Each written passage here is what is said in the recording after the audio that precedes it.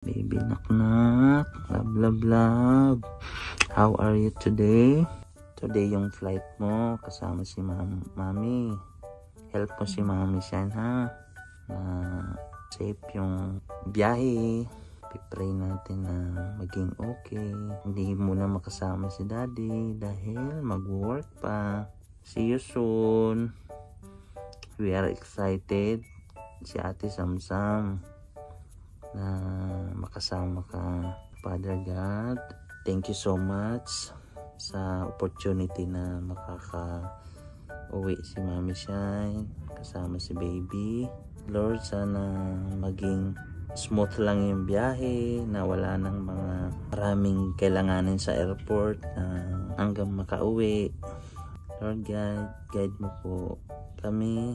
Salamat po sa biyaya na gift mo sa amin. In Jesus' name we pray. Amen. So, dalawang malitan dala ni Mami Shine, saka isang hand carry, at saka yung coach niya. So guys, welcome back to my YouTube channel. So, papunta na kami ng Terminal 3 kasi Emirates Airline yung sasakyan ni Mami Shine. Sana all Emirates Airline. At siyempre kasama ni Mami Shine ang aming baby. Ayan na. Pindutin mo lang yung ano. Yan. Ground floor. So Mami Shine, ingat sa biyahe. Kasama ang ating little angel. See you soon, knock-knock. Uy, makakapag aeroplano na. Makakapag aeroplano ng baby namin. Sige.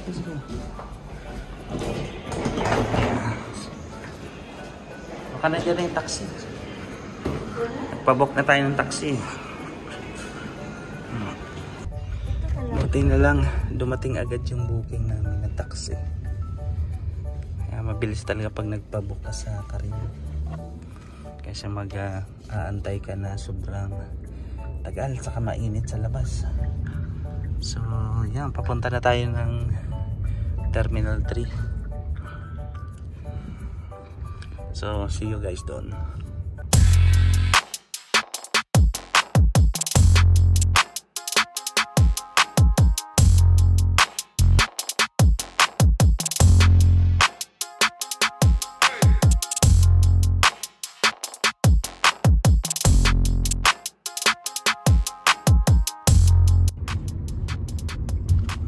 Wow, ganda ng airport. Ganda ng airport dito sa UAE. So we are arrived. Bangga ka dyan. Tabi.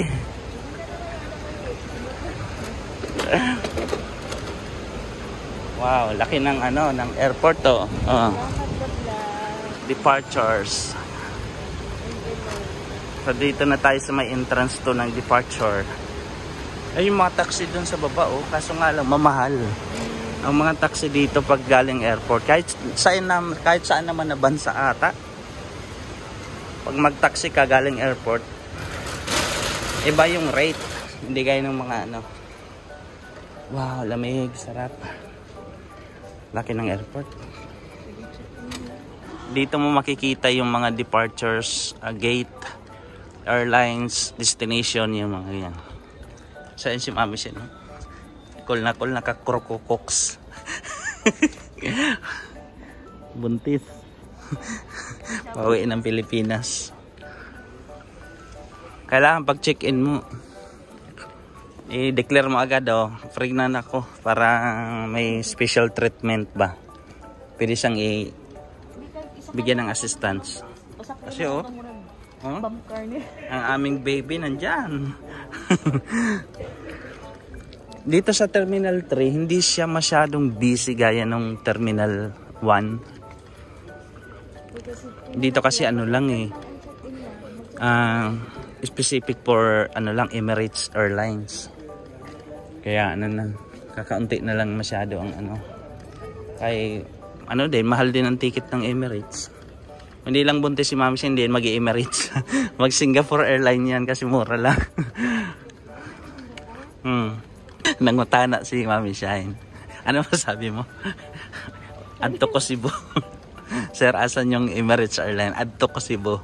Destination. So medyo maaga ang ano. Open na daw yung counter eh.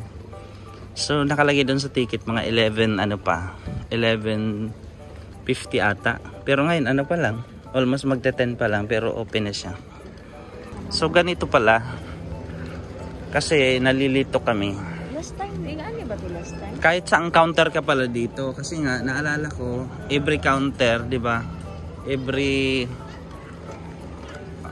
may nakasulat kung saang destination. It's India, Philippines. Tapos dito, wala. Sabi niya, kahit saang counter basta open na. O di, go na Mami Shine.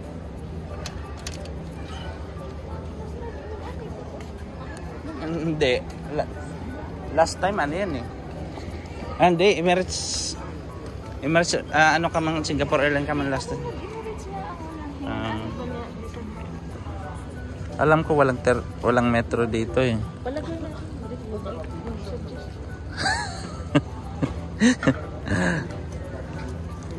Punta ka doon oh, para makita kang buntis ka.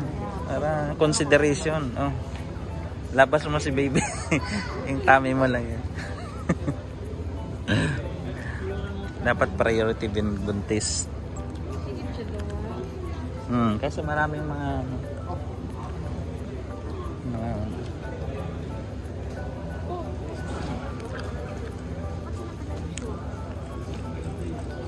ba't ang dami nilang bagahe? Dadalo lang sila. Ay, mag-open na siguro ng counter na isa. Doon na siguro pina-check-in. Doon sa kabila. Pwede na siguro mag-open na ng counter. Dito na. Kaya malapit naman na ta.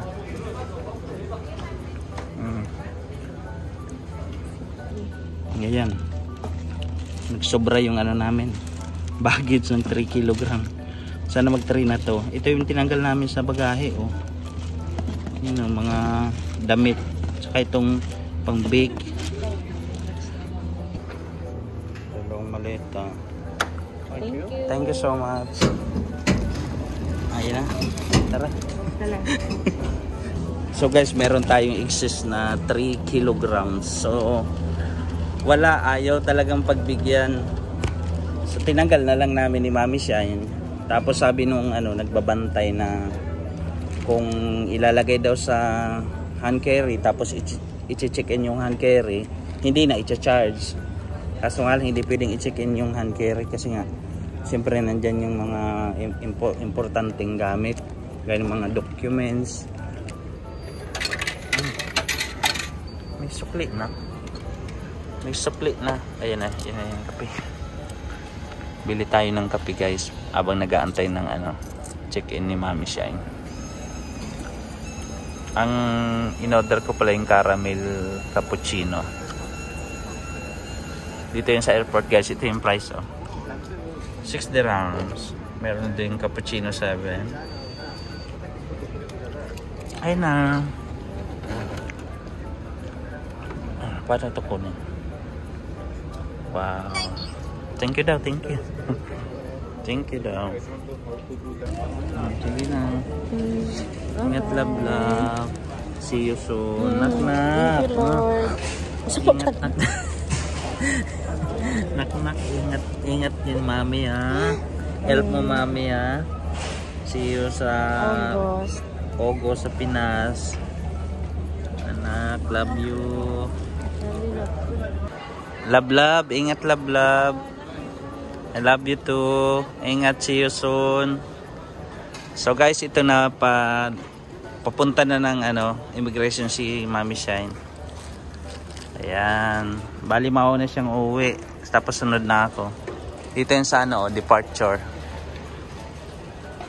Ayan. Si Mami Shine So guys, pauwi na tayo sa bahay at para ako nag-shopping sa airport. Ayan Ito yung 3 kilo na sumobra sa bagahe ni Mami Shine.